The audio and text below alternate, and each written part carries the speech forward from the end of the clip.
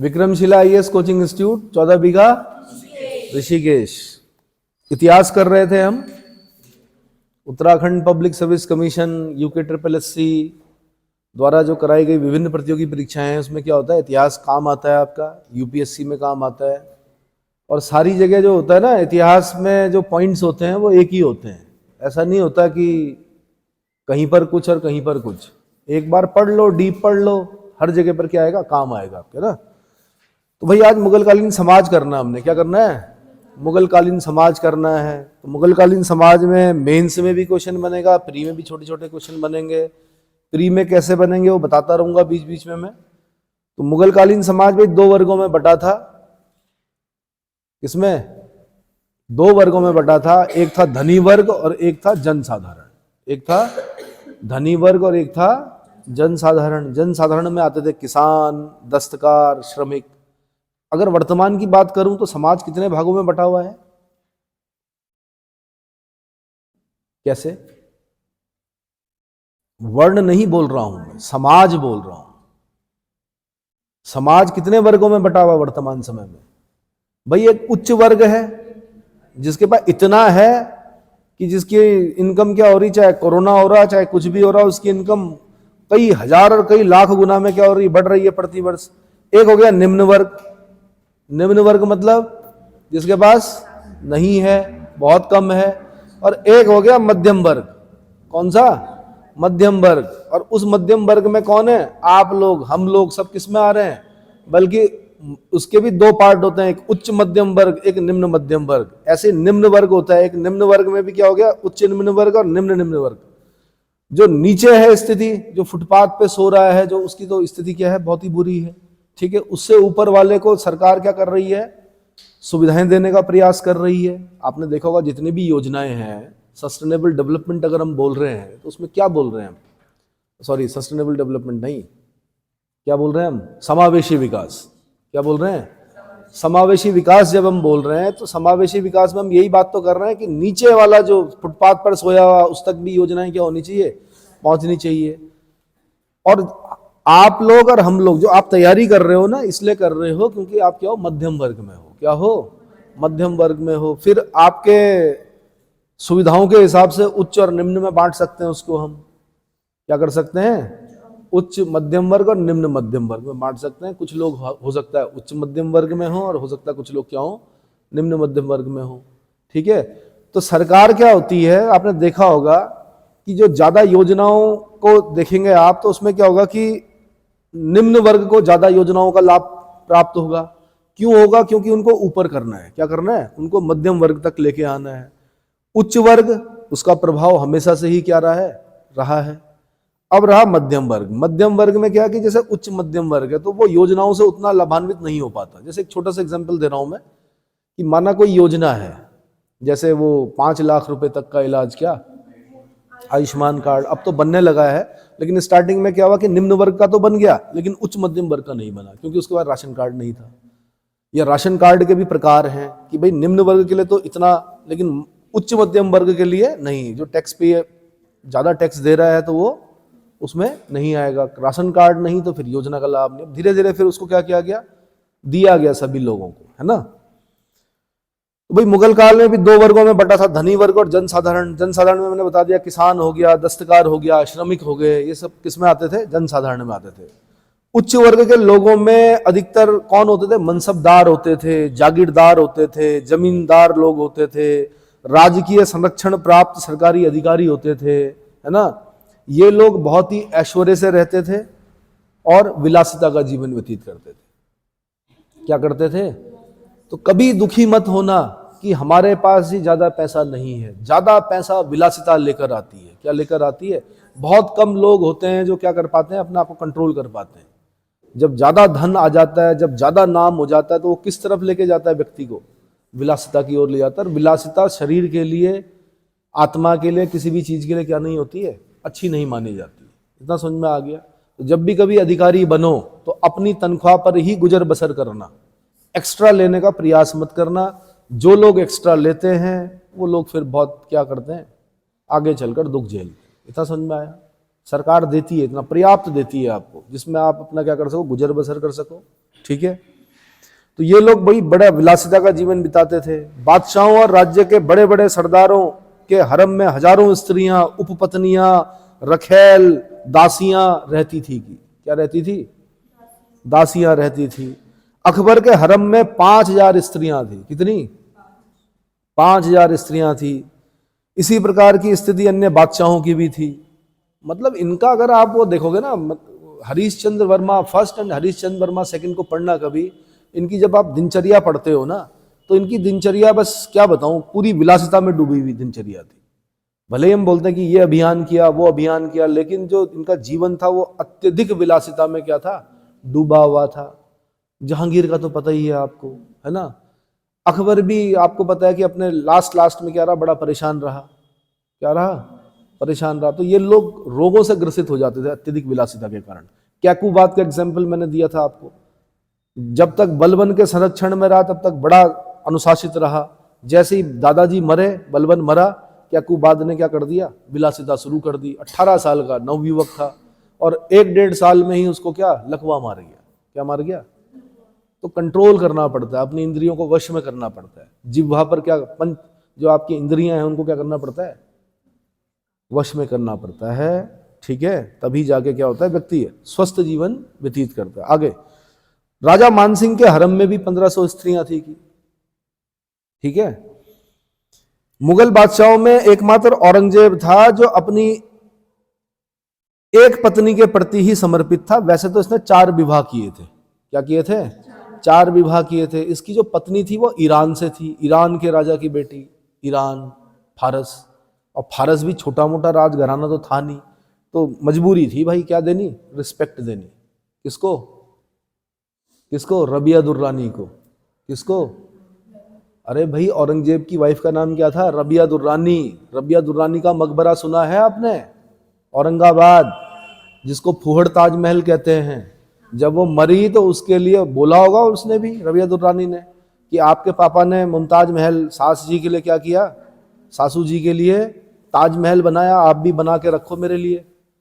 तो कोशिश की औरंगजेब ने क्या करने की? ताजमहल जैसा कुछ बनाने की, पर वो बेकार बन गया, मतलब अच्छा नहीं बन पाया, इसलिए उसको फूहड़ ताजमहल कहते हैं। कहां पर है रबिया दुर्रानी का मकबरा? या बीबी का मकबरा भी बोलते हैं उसको। कहां पर है? अभी तो बताया, महाराष्ट्र में, औरंगाबाद में भाई, है ना। तो भाई इसने केवल, क्योंकि इस्लाम में 4 विवाह मान्य हैं, तो इसने 4 ही विवाह किए। उसमें भी एक पत्नी जो फारस राजघराने की थी, अकबर की मम्मी। अकबर वो वाला अकबर नहीं, एक औरंगजेब का बेटा भी था, विद्रोही अकबर था। तो अकबर की मम्मी थी और अकबर के नाना थे कहाँ? फारस में। जब अकबर ने विद्रोह किया तो औरंगजेब ने उसको भगाया भगाया, दक्षिण भारत गया। वो कहाँ नहीं गया? किसके पास नहीं गया बेचारा शरण मांगने? ठीक है। तो कोई औरंगजेब के खिलाफ कौन देता किसी को, अब उसके बेटे को शरण? तो बाद में अपने नाना के यहाँ गया, वहां जाके मर गया बेचारा। ठीक है भाई, ऐसे पापा भी क्या इतिहास में। बाकी क्या, शराब नहीं पीता था औरंगजेब, मादक पदार्थों का सेवन नहीं करता था, है ना। और इसने अपने दरबार से नाच गाने वाली महिलाओं को भी बोल दिया था, या तो वैश्याएं जो थी उन्हें बोला या तो विवाह करो या देश छोड़ के चले जाओ। सारे संगीतकार उसने क्या कर दिए? निकलवा दिए अपने दरबार से। उसने कहा संगीत वंगीत इस्लाम में क्या वर्जित है ना। और साथ में क्या बोलते हैं, क्या 5 टाइम नमाज अदा की इसने। एक बार तो जब ये सूबेदार था तो ये इसको किसी ने कुछ कह दिया। क्या कह दिया? और युद्ध के बीच में ये घोड़े से उतरा और बीच में बैठकर नमाज अदा करने लगा। सारे लोग क्या हो गए? हतप्रभ हो गए कि ये आदमी सूबेदार था उस समय। शाहजहां उस समय क्या था? राजा था। तो जितना जितना ये अत्याचार करता था उतने ही अत्याचार बताते हैं अपने पे भी, मतलब सख्त आदमी था। कैसा था? खुद भी 5 टाइम नमाज अदा करना, खुद इस्लाम के नियमों पर चलना, है ना। और क्या, हिंदू मंदिरों को तोड़ना, उसकी जगह पे मस्जिदों का निर्माण कराना, साथ में हिंदुओं को क्या जजिया कर लगाकर क्या मुस्लिम धर्म में कन्वर्ट करना। तो बहुत सारे लोग जो मुस्लिम बने हैं इस देश में वो औरंगजेब के समय में बने हैं। किसके समय में बने हैं? औरंगजेब में। और इतना सुंदर देश कहाँ मिलेगा कि आक्रांताओं के नाम से हमारी दिल्ली में रोड है, औरंगजेब रोड। क्या है? और आज भी हमने उसके चाहे उसकी वाइफ का मकबरा हो, बीवी का मकबरा हो या औरंगजेब का मकबरा हो, उसको हमने क्या कर रखा, संरक्षित कर रखा कि भाई देखो ये क्या था, क्या था, समझ में आया। तो भाई हुमायूं जो था, देखो बाबर शराबी था, बाबर भी बहुत शराब पीता था लेकिन ताकतवर था। उसने भारत की लगभग लगभग सारी नदियों को तैर कर पार किया था। कभी उत्तर प्रदेश पीसेस वालों ने पूछा था कि वो कौन सा मुगल बादशाह था जिसने लगभग लगभग भारत की सभी नदियों को तैर कर पार किया, तो बाबर था। कौन था? बाबर अत्यधिक शराब पीता था बाबर, लेकिन दो लोगों को कंधे में पकड़कर दीवार पर, किले की दीवार पर भाग सकता था। शाही नेचर का था, कुछ गंदी आदतें भी थी बाबर में, वो मैं नहीं बता सकता, ठीक है। तो बताया जाता है कि जब लड़ाई हुई ना, तो उसने गजनी से आई हुई शराब में नमक मिलवा दिया। सारी शराब उसने क्या की, उसने कहा ना तो मैं खुद पीऊंगा ना मेरे सिपाही पिएंगे, है ना। और कसम खाई क्या कि भाई जब ये युद्ध जीत लो इसके बाद मैं तुम्हें अपने घर जाने की क्या करूंगा, अनुमति दूंगा। जोरदार भाषण दिया, तब जाके वो पानीपत का प्रथम युद्ध जीता। खाली तोपों से नहीं होता है, क्या करना पड़ता है, जोश भी भरना पड़ता है किसके अंदर। और ये आदमी इतना पिटा हुआ था अपने शाहबनी खां से, अपने फरगना में, कि जब जब ये गद्दी पर बैठा 100 दिन से ज्यादा शाहबनी खां ने क्या नहीं करने दिया इसको, राज नहीं करने दिया। अब जो यहाँ का जो सॉरी क्या नाम है, जिसके साथ पानीपत का प्रथम युद्ध हुआ, कौन, इब्राहिम लोदी, वो विलासी व्यक्ति था, लड़का था, जवान लड़का, वो विलासी था। तो वो बाबर से टक्कर नहीं ले पाया। क्या नहीं ले पाया? समझ नहीं पाया कि यार ये बड़ा खतरनाक योद्धा है, ये 4 बार पहले रेकी कर चुका है, 5वां युद्ध ये क्या कर रहा है। उन्होंने सोचा ऐसे ही आएगा, लूट के चला जाएगा जैसे आते थे, और इन पे फर्क भी नहीं पड़ता था इतना ज्यादा, क्या था, धन था। हुमायूं जो था वो अफीमची था, अफीम समझते हैं, ओपियम जिसे बोलते हैं, अफीम लेता था बहुत ज्यादा। अब हुमायूं के बाद कौन आता है? अकबर। अकबर सो जिसे बोलते हैं, ठीक है, विलासी था लेकिन उतना नहीं, मतलब इतिहास में नहीं लिखा हुआ कि बहुत ज्यादा विलासी था। लेकिन इसका बेटा जहांगीर बचपन से ही विलासी था, शराबी था नंबर 1 का, क्या था। और फिर उसके बाद कौन आता? शाहजहां। वो तो अत्यधिक विलासिता वाला व्यक्ति, कौन? शाहजहां। फिर औरंगजेब, तभी तो उसको जिंदा पीर कहा गया। मतलब लोगों को लगा कि यार ये राजा क्या है, थोड़ा शराब नहीं पीता है, ये नहीं करता है, वो नहीं करता है। तो चलो भाई, जहांगीर हमेशा शराब में डूबा रहता था। नूर जहां का साथ हो, शराब के प्याले हो, तो मेरा जीवन ठीक ठाक चलता रहेगा, ऐसा बोला जहांगीर ने। नूर जहां के हस्ताक्षर मेरे हस्ताक्षर माने जाएं, है ना। जहांगीर की एक वाइफ थी, मान सिंह की बहन मानबाई, उसने अफीम खाकर आत्महत्या कर दी थी जहांगीर की आदतों से क्या दुखी होकर। इसको शाह बेगम का खिताब प्राप्त था, किसको? मानबाई को। बाबर ने अपनी आत्मकथा लिखी तुजुके बाबरी, जो कि फारसी भाषा में लिखी। उसने ये लिखा कि जन साधारण का वर्णन किया, उसने भारत का वर्णन किया, और भारत का वर्णन करते हुए लिखता कि यहाँ के किसान तथा निम्न वर्ग के लोग लगभग नंगे रहते हैं। अरे भाई खेती कर रहे हैं, गर्म देश है, को क्या पूरे कपड़े पहन के करेंगे या खेती? खेती में आज भी आपने किसान को देखा होगा, गमछा वमछा लपेट के ही क्या करता है, खेती करता है, क्योंकि गर्मी होती है। क्या होती है? जिस देश से ये आया था वहां ठंडा था, फरगना में। उसने यहाँ देखा तो उसने कहा यहाँ तो लोग क्या है, कपड़े पहनते ही नहीं, कॉटन पहनते थे हम लोग, और खेती करते हुए कम कपड़े पहनते थे। तो उसने कहा कि यहाँ के किसान और निम्न वर्ग के लोग लगभग नंगे रहते हैं। चलो, बाबर की पुष्टि करते हुए एक रॉल फिच है, यहाँ से क्वेश्चन बना एक बार कि अकबर के समय में पहला यात्री जो आया था वो कौन था? आंसर रॉल फिच था। कौन था? अकबर के समय आने वाला पहला अंग्रेज यात्री कौन था? आंसर रॉल फिच था। रॉल फिच ने बाबरनामा की पुष्टि करते हुए कहा है कि बनारस में पुरुष कमर के नीचे एक छोटे कपड़ा पहनकर रहते हैं, बाकी नंगे ही रहते हैं। क्या रहते हैं? तो खेती बाड़ी वाले लोग थे भाई, क्या थे? खेती बाड़ी वाले लोग थे, तो क्या कपड़े कम पहने जाते थे। ऐसा रॉल फिच भी क्या करता है, लिखता है। इतना समझ में आ गया। भूमिहीन किसान तथा श्रमिक मनुष्यों के उस वर्ग से संबंध रखते थे जिन्हें अछूत या कमीन समझा जाता था। क्या समझा जाता था? अछूत और कमीन, ठीक है।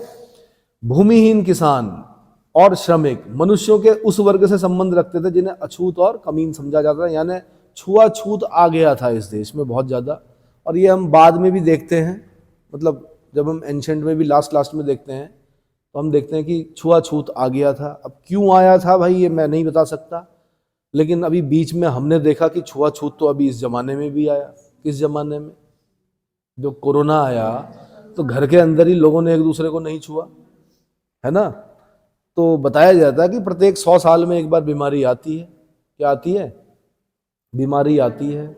और पुराने अगर नियम आप देखें तो बिना हाथ पैर धोए तो अंदर जाते ही नहीं थे। वो जो नियम बने थे ना यहाँ पर, वो कहीं ना कहीं मुझे लगता है कि किसी पुरानी बीमारी की क्या थी, देन थी। क्या थी? कि भाई बिना हाथ पैर धोए नहीं जाना है। कहीं अगर शिशु ने जन्म लिया है तो उसके पास तो जाना ही नहीं है कई दिनों तक, जब तक कि उसकी इम्यूनिटी डेवलप नहीं हो जाती है। आजकल तो सब लोग चले जाते हैं, हाथ में पकड़ लेते हैं, पर पहले जो शिशु होता था उसको कई दिनों तक या उसको और उसकी माता को टच नहीं किया जाता था। वो एक अलग कमरे में रहती थी, शिशु अलग कमरे में। तो कहीं ना कहीं मेरे ख्याल से परिचित थे यहाँ के लोग। किस चीज से? किस चीज से? ये जो इन्फेक्शन होता है ना, एपिडेमिक होते हैं, पेंडेमिक होते हैं, इनसे क्या थे? परिचित थे। और हैजा तो सुना ही होगा आपने। हैजा तो उत्तराखंड में भी हुआ है एक समय में, है ना। हैजा महाराष्ट्र में भी हुआ है। और महाराष्ट्र में तो आपको ये भी पता होगा कि प्लेग भी हुआ है। क्या हुआ है? प्लेग कमिश्नर रैंड की हत्या होती है मॉडर्न में। अरे भाई मॉडर्न में प्लेग कमिश्नर रैंड की हत्या होती है? कौन करता है प्लेग कमिश्नर रैंड की हत्या? मॉडर्न में पढ़ते हैं। चापेकर बंधु करते हैं, बालकृष्ण चापेकर, दामोदर चापेकर। इतना गिल्टीदार प्लेग फैला इस देश में। क्या फैला? गिल्टीदार प्लेग। प्लेग किससे होता है? लोग कहते हैं चूहों से होता है। चूहों से नहीं होता है। चूहों पर पिस्सू होता है, उस पिस्सू पर भी कुछ होता है। प्लेग कैसी बीमारी है? जीवाणु जनित है, विषाणु जनित है। कैसी बीमारी है प्लेग? चापेकर बंधुओं ने हत्या की थी। 3 भाई थे, दो पकड़े गए थे, एक को बाद में फिर मार दिया गया था, है ना। दामोदर चापेकर, बालकृष्ण चापेकर और एक और था। हाँ जी, जीवाणु जनित है। कौन सा जीवाणु होता है प्लेग के लिए जिम्मेदार? तो लोगों ने देखे थे गांव के गांव मरते हुए, तब नियम बनाए थे। क्या बनाए थे?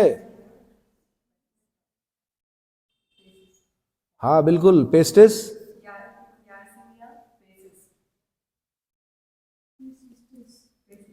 जीवाणु का नाम बताइए। तो मैं बता रहा हूं इस प्रकार के रोगों से कई गांव के गांव क्या हुए थे? बर्बाद हुए थे। समझ में आ गया? और जब अकाल पड़ता था तब और फैलती थी बीमारी, क्योंकि अकाल पड़ता था तो पशु मरते थे, लोग मरते थे, खुले में मरे हुए हैं, सड़ रहे हैं। उसके बाद क्या फैलेगा? बीमारी फैलेगी भाई। समझ में आ गया? हाँ जी, मैच नहीं कर रहा साउंड। प्लेग के लिए जिम्मेदार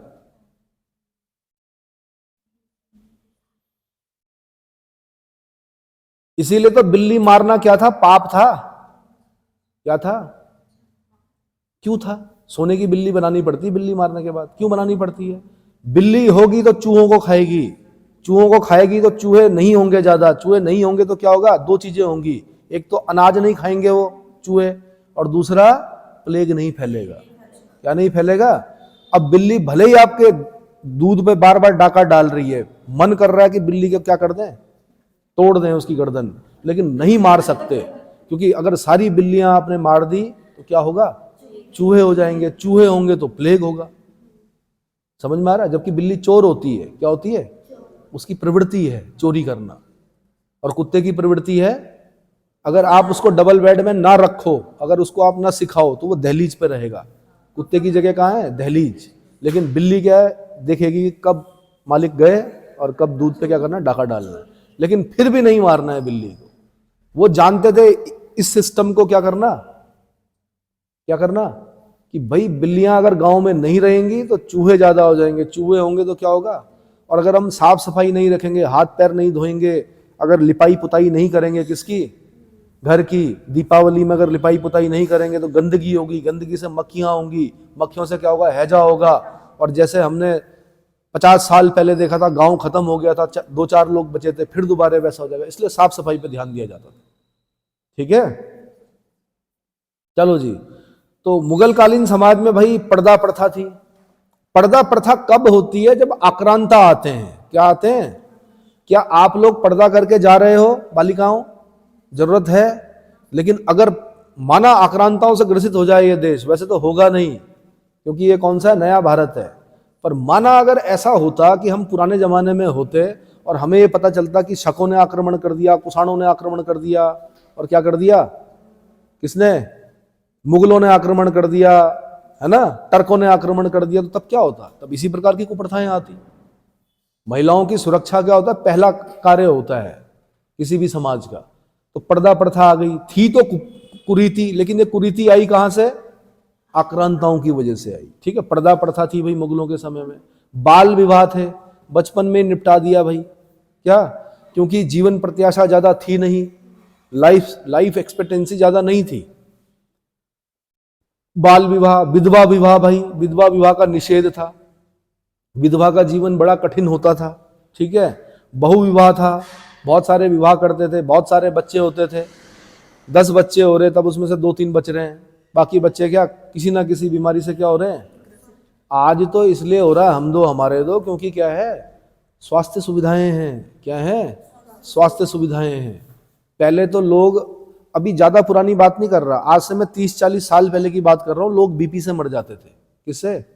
लोग शुगर से मर जाते थे, लोगों को पता ही नहीं चलता था।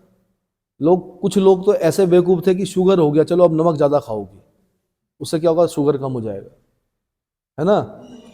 और नीम के पत्ते उबाल कर पी रहे हैं, अरे भाई हार्ट फेल हो जाएगा इतना उबालोगे तो मतलब ऐसी धारणाएं थी। धीरे धीरे क्या हुआ, टैबलेट्स आई, बीपी की टैबलेट्स आई, बीपी खाओ लंबे समय तक जियो, कोई दिक्कत, टैबलेट खाते रहो। शुगर आया तो शुगर के टैबलेट्स भी आई, इंसुलिन जो आपका इंजेक्शन है वो भी आया, तो लोग जी रहे हैं। पहले तो मैंने कहा नहीं आपको, काम खत्म जहां बीमारी हुई। पहले टीबी से मर जाते थे लोग, ट्यूबरक्लोसिस हो गया मतलब घर वाले निकाल देते थे उस आदमी को कि फैले ना कहीं, और फिर भौली जाना पड़ता था, नैनीताल। समझ में आया? और हमने अपने बचपन में देखा है टीबी से किसी व्यक्ति को क्या होते हुए, मतलब जा रहा था रास्ते से, देखा खून की उल्टियां कर रहा था आदमी। ज्यादा पुरानी बात नहीं, बहुत छोटे की याद है मुझे, मेरे ख्याल से 40 साल पहले की बात। क्या? खून की उल्टियां करके मर गया वो आदमी वहीं सड़क पर, कहीं जा रहा था मैं तो देखा। तो बचपन में एक मन पे, मस्तिष्क पे जो छाप होती है ना, इसका मतलब टीबी थी उसको, ट्यूबरक्लोसिस था। क्या था? ट्यूबरक्लोसिस। टीबी सबके अंदर है, जहां इम्यूनिटी वीक हुई वहां क्या होगा, टीबी हो जाएगा। चलो जी, फिर क्या भाई, दहेज प्रथा हो गई भाई। ये सामाजिक कुरीतियां प्रचलित थी, यद्यपि अकबर ने इन कुरीतियों को रोकने का क्या किया, प्रयास किया। मुगल काल में कुछ कुलीन स्त्रियों को सम्मानित स्थिति प्राप्त थी, जैसे अकबर की धाइमा महामनगा। महामनगा जिसने अकबर को पाला पोसा हो तो उसकी स्थिति तो अच्छी होगी भाई, नहीं होगी? महामनगा हो गई।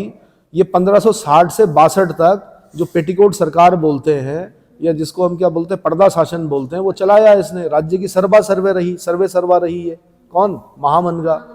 ठीक है, अकबर ने काबुल को जीता, काबुल, और वहां की गवर्नर बना दिया किसको? अपनी एक सौतेली बहन थी, चचेरी बहन, जिसको बख्तुनिशा बेगम। बख्तुनिशा बेगम को क्या किया, काबुल का गवर्नर बना दिया। ये यूपी का क्वेश्चन रहा है कि काबुल का गवर्नर किस मुगल, मतलब मुगल सम्राट अकबर ने किसे काबुल का गवर्नर नियुक्त किया? आंसर बख्तुनिशा बेगम। जिस जमाने में क्वेश्चन आया था तो हमें उम्मीद ही नहीं थी कि, हम तो जानते थे बस रजिया है एक, बस रजिया जो दिल्ली सल्तनत की क्या रही, शासिका रही। तब पता चला कि एक मुस्लिम महिला और थी, बख्तुनिशा बेगम, जिसे काबुल का गवर्नर नियुक्त किया था अकबर ने। चलो, नूरजहां तो भैया जहांगीर के शासन में बराबर की सहभागी थी, आपको पता ही है। नूरजहां तो जानती थी कि जहांगीर ने मरना है, उसके बाद नूरजहां ने ही क्या करना है, राज करना है। शहरयार को वो राजा बनाती और क्या करती, खुद शासिका के रूप में क्या करती, राज करती। लेकिन तब तक खुर्रम समझ गया, खुर्रम मतलब शाहजहां। शाहजहां ने तो आपको पता है सारे राजकुमारों की, छोटे बड़े जितने भी थे सबकी हत्या करवाई थी, किसने? शाहजहां ने। तब जाके गद्दी पर बैठा था। नूरजहां को भेज दिया कहाँ, आप जाओ लाहौर, ये लो पकड़ो पेंशन, आपको साल भर में पेंशन मिलती रहेगी। माता जी कौन से नंबर की, कौन से नंबर की भाई? शाहजहां किसका बेटा है? जहांगीर का। तो जहांगीर की एक वाइफ तो हो गई मानबाई, है ना, शाह बेगम। एक एक एक हो गई कौन, हाँ, एक होगी मोटा राजा उदय सिंह की पुत्री कौन, मनमती बाई जी, लाल साहिबा, जगत गुसाई। जगत गुसाई का बेटा है शाहजहां। शाहजहां की मां राजपूत है, खुसरो की मां राजपूत है। क्या है, जहांगीर की दो पत्नियां राजपूत हैं, मानबाई भी राजपूत है, मान सिंह की बहन, उसका बेटा कौन है, खुसरो जो रिवोल्ट करता है। और जहांगीर की दूसरी पत्नी मोटा राजा उदय सिंह की पुत्री जगत गुसाई या मनमती, जिसका बेटा कौन है, शाहजहां है। वो भी क्या है, राजपूत मां का बेटा है। इतना समझ में आ गया। तो खुर्रम समझ गया, खुर्रम ने फिर क्या कर दिया, हत्या करवा दी सबकी बात में। खुसरो की भी हत्या उसी ने करवाई। ठीक है, तो भाई नूरजहां तो आपको पता ही है, राजाज्ञाओं पर उसके भी हस्ताक्षर होते थे। जहांगीर के साथ झरोका दर्शन देती थी। राजकीय सिक्कों पर उसके भी नाम अंकित होते थे, है ना, राजकीय सिक्कों पर उसके भी नाम अंकित होते थे। औरंगजेब, इसकी एक बड़ी बहन थी जहां आरा, पिक्चर भी है, भारत भूषण उसमें हीरो है, और जहां आरा जो है वहीदा रहमान है, पता नहीं कौन है। तो जहां आरा, तो ये बड़ी बहन थी कौन। अब इस बड़ी बहन ने गलती कर दी थी कि दारा शिकोह का साथ दिया था। किसका, दारा शिकोह का साथ दिया था। तो दारा शिकोह का साथ दिया था तो औरंगजेब की बनती नहीं थी, किससे, जहां आरा से। और मुगल राजकुमारियों का विवाह होता नहीं था जल्दी से, क्योंकि अगर शादियां कर दी तो इनके जो क्या होंगे, पति होंगे, वो भी क्या होंगे, सिंहासन के लिए लड़ेंगे, इसलिए इनका विवाह होता नहीं था मुगल राजकुमारियों का जल्दी से। होता भी था तो आपस में ही करवाते थे, ये क्या करवाते थे, और उनको उन पर प्रतिबंध लगा रहता था। तो जो जहां आरा थी भाई, वो लास्ट समय तक किसके साथ रही, शाहजहां के साथ रही। शाहजहां के समय, लास्ट समय तक उसकी कौन सी पुत्री उसकी देखभाल करती रही, आंसर जहां आरा। ठीक है, तो सम्मान था, बड़ी बहन थी तो सम्मान था। साम्राज्य की प्रथम महिला के रूप में उसका पद वापस कर दिया गया था बाद में। ठीक है, दहेज प्रथा को अकबर तथा तत्कालीन मराठा सरदारों ने भी समाप्त करने का प्रयत्न किया, लेकिन दहेज प्रथा समाप्त नहीं हुई। प्रयत्न किया बट समाप्त नहीं हुई। महाराष्ट्र के गैर ब्राह्मणों तथा पंजाब और यमुना घाटी के जाटों में विधवा पुनर्विवाह प्रचलित था। महाराष्ट्र के गैर ब्राह्मणों में, पंजाब में और यमुना घाटी में जाटों में विधवा पुनर्विवाह क्या था, प्रचलित था। मैंने आपको बताया भी था कि एक चादर मैली सी, एक पिक्चर थी धर्मेंद्र की, सिलसिला। वहां पर नियम है कि अगर माना बड़े भाई की मृत्यु हो जाती है तो छोटे भाई को भाभी के साथ विवाह करना गलत नहीं माना जाता है। और वो एक परिवार और एक सामाजिक परंपरा को आगे बढ़ाने के लिए मेरे ख्याल से क्या है, एक तरीका है कि भाई अब कौन देखेगा बड़े भाई के बच्चों को। अगर छोटे भाई ने कहीं और विवाह कर दिया, उसके बच्चे अलग हो गए, तो बड़े वाले को कौन, बड़े जो भाई हैं वो तो चले गए, तो अब कौन देखेगा। तो इस प्रकार से ये प्रथा कहाँ चलती थी, महाराष्ट्र के गैर ब्राह्मणों में, पंजाब में, यमुना घाटी में, जाटों में। इतना समझ में आ गया। ठीक, विधवा पुनर्विवाह है। नूरजहां की मां असमत बेगम, इसने गुलाब से इत्र निकालने की विधि का आविष्कार किया था। ठीक है, मुमताज महल, इसने अनेक श्रृंगार प्रसाधनों, मैंने तो ये भी बताया था आपको कि श्रृंगार प्रसाधन और जेवरों में रुचिपूर्ण परिवर्तन किए थे। आप अगर मुमताज महल की फोटो देखेंगे तो वो उसके इतने जेवर हैं, और वो जेवर थोड़ा अगर अलग तरह से दिखते हैं, मतलब अलग डिजाइन दिखते हैं उसके। क्या दिखते हैं, डिजाइन अलग दिखते हैं। इतना समझ में आ गया। कुछ और पॉइंट बता दूं, हुमायूं नामा जो है वो गुलबदन बेगम ने लिखी। किसने लिखी, जो कि हुमायूं की बहन है, बाबर की बेटी है। ठीक है, ये अरबी और फारसी की प्रकांड विदुषी थी। कौन, गुलबदन बेगम। एक महामनगा मैंने बताई थी आपको, यहां से एक बार क्वेश्चन बना कि दिल्ली में मदरसा ए बेगम, दिल्ली में मदरसा ए बेगम की स्थापना किसने की, आंसर महामनगा ने की। किसने की, हुमायूं के साथ मिलकर दिल्ली में मदरसा ए बेगम किसने स्थापित किया, आंसर महामनगा ने किया। महामनगा ने एक चीज और की, एक मदरसा और, खैरुल मनाजिल नामक मदरसे की स्थापना भी किसने की, महामनगा ने की।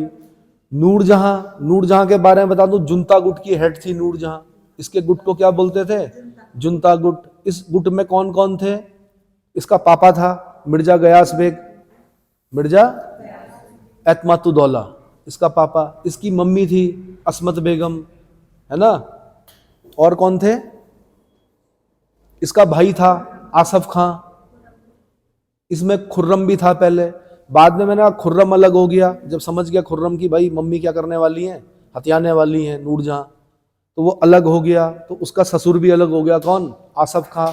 क्योंकि आसफ खां की पुत्री अर्जुमंद बानो बेगम किसकी वाइफ थी? खुर्रम की, शाहजहां की। समझ में आया? तो ससुर जी भी अलग हो गए। धीरे धीरे नूरजहां जो है अकेले हो गई मतलब। और इसी वजह से क्या है, नूरजहां को फिर बाद में पेंशन वेंशन दी। जहांगीर की मृत्यु के बाद कहा जाओ आप लाहौर, क्योंकि जहांगीर का मकबरा कहाँ है? लाहौर में है, शाहदरा में है। लाहौर भी नहीं बोलेंगे आप, क्या बोलेंगे? शाहदरा। और लाहौर जो है वो रावी नदी के तट पर है। किस पर है? रावी नदी के तट पर है। एक शाहदरा दिल्ली में भी है, दिल्ली वाला शाहदरा नहीं, लाहौर वाले शाहदरा में जहांगीर का मकबरा है। क्लियर हो गया?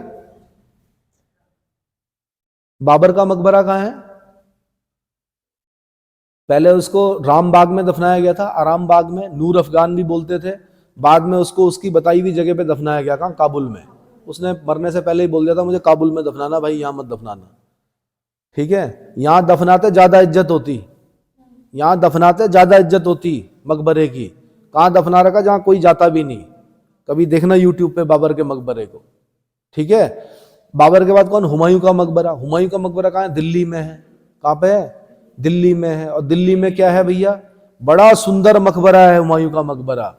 अगर उस पर 4 मीनारें चार तरफ से लगा दे, सफेद रंग कर दे, तो डिट्टो ताजमहल है।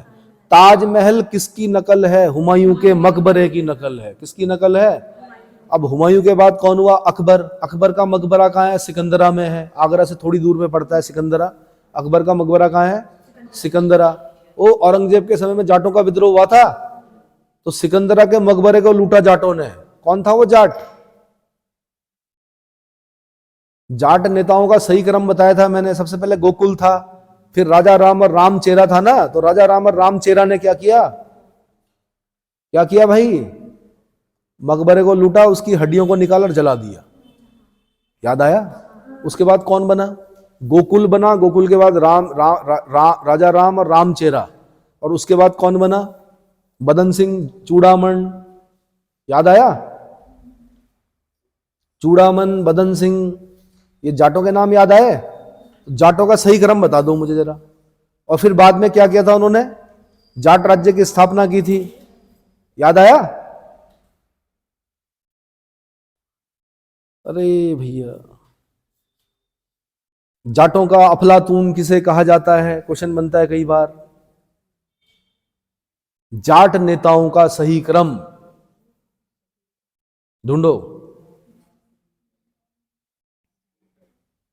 हाँ जी भाई, गोकुल जाट था। गोकुल जाट के बाद राजा राम, राम चेरा था। फिर उसके बाद मैंने कहा जो नाम पढ़ते हैं, बड़े नाम जो हैं वो चूड़ामन और बदन सिंह का है। उसके बाद एक और जाट आता है। 5 जाट नेता याद करने हमने। और फिर भरतपुर के जाट राज्य की स्थापना की गई थी। चूड़ामन, बदन सिंह। भरतपुर कहां पड़ता है? राजस्थान में पड़ता है। कहां पड़ता है?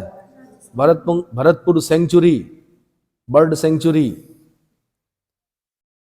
जल्दी ढूंढ के बताओ मुझे, है ना। फिर वही मुमताज महल थी, शाहजहां की प्रिय पत्नी थी। कौन? अर्जुमंद बानो बेगम नाम था इसका। आसफ खां की बेटी थी ये। किसकी? नूरजहां के भाई आसफ खां की बेटी थी अर्जुमंद बानो बेगम। उसी को क्या कहा गया? मुमताज महल। 14 बच्चे हुए इसके, है ना। 7 जिंदा रहे, 7 मर गए। 3 लड़कियां, 4 लड़के। 3 लड़कियों में जहां आरा, रोशन आरा, गोहन आरा। उसके बाद वही दारा शिको, है ना, औरंगजेब। 2 नाम तो याद करने ही हैं आपने, बाकी 2 तो बेवकूफ थे।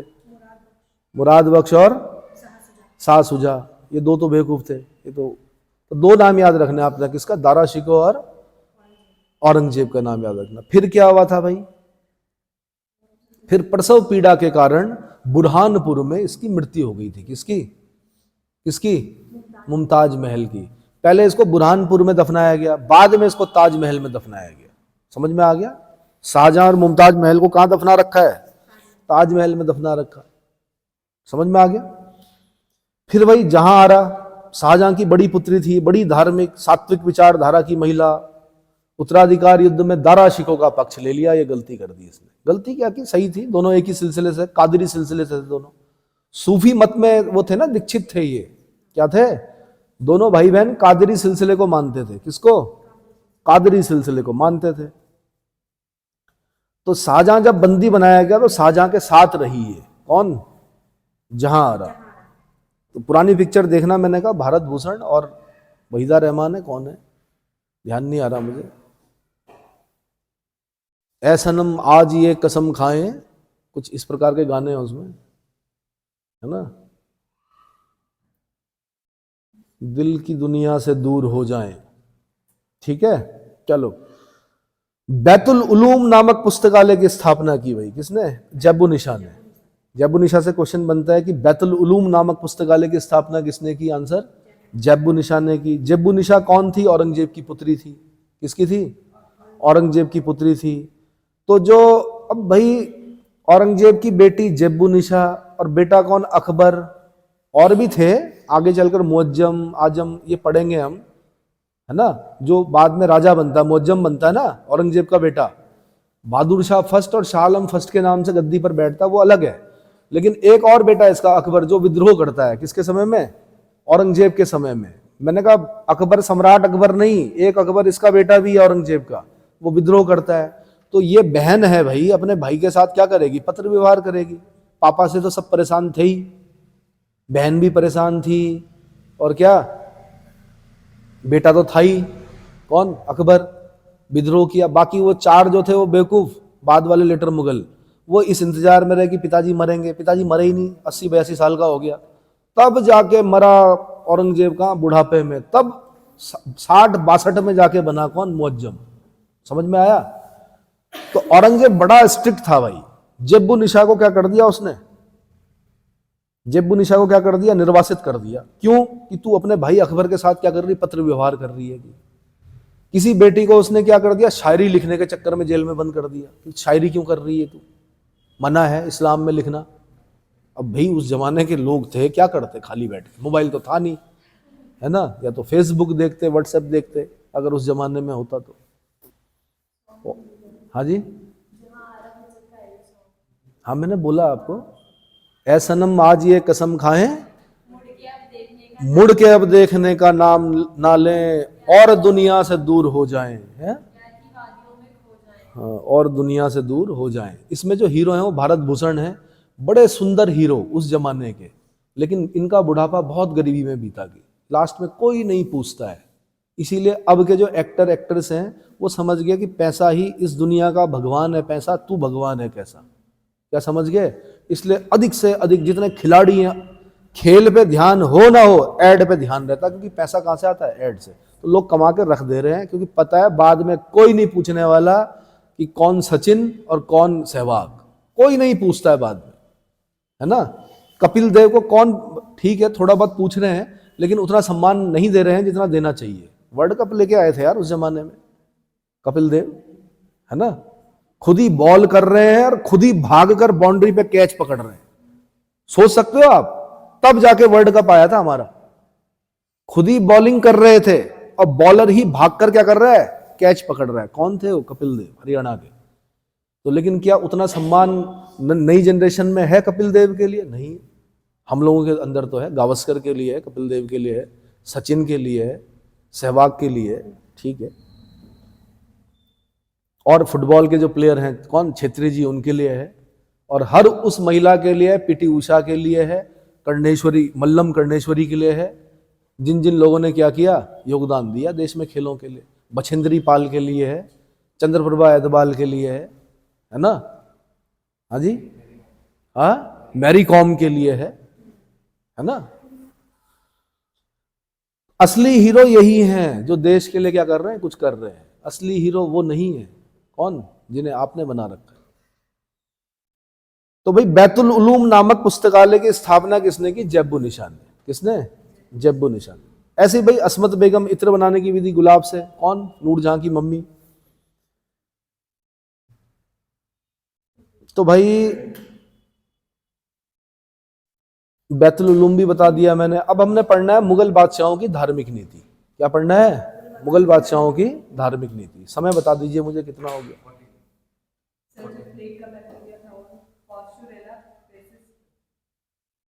किसी जेडबीसी वाले को दो, वो सही उच्चारण करेगा उसका।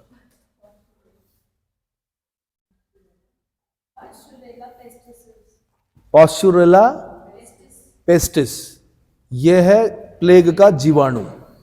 ध्यान रखना, जीवाणु जनित रोग क्या होते हैं, विषाणु जनित रोग क्या होते हैं। विषाणु मतलब वायरस। एक बार तो ये भी डेफिनेशन पूछी कि वायरस है क्या। आंसर, जीव और अजीव के बीच की कड़ी है वायरस। कैसे? मैं गया नॉर्थ पोल पे, मैंने छींक मारी, तो छींक मारी तो बहुत सारे जो पार्टिकल्स हैं वो क्या हो गए, बर्फ में क्या हो गए। ठीक है, तो इन्फ्लुएंजा का जो वायरस है वो वहां पर मैं वापस आ गया, अपना अच्छा जीवन, कई हजार साल हो गए, वो वायरस वहीं पे मरे हुए रहे। कहाँ पर? फिर 1000 साल बाद कोई और व्यक्ति गया, उसने बर्फ उठाई और क्या किया, या किसी ने बर्फ उठाई जिसमें वो वायरस थे और किसी पे मार दी, और वो क्या हो गया, बॉडी मिल गई उनको। किसको? वायरस को। वो फिर जीवित हो जाएगा। क्या होगा? हाँ जी, तो ये लोग, पुराने लोग जानते थे। द ममी देखी होगी आपने, जिन लोगों ने खोदा उन मम्मियों को, मरे वो लोग, क्या हुआ। और वो नीचे वो जो एक सबसे रिच टेम्पल है हमारे, कहाँ, कौन सा, उसके दरवाजे क्यों नहीं खोल रहे हैं? दिखा भी रखा, नाग बना रखे उन्होंने दो, एक दरवाजा खुला, इतना सोना निकला आप सोच भी नहीं सकते, और अभी कई दरवाजे खुलने हैं।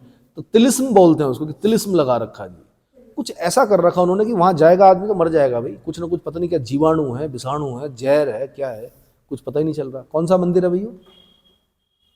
सबसे रिच टेम्पल है हमारा इस समय।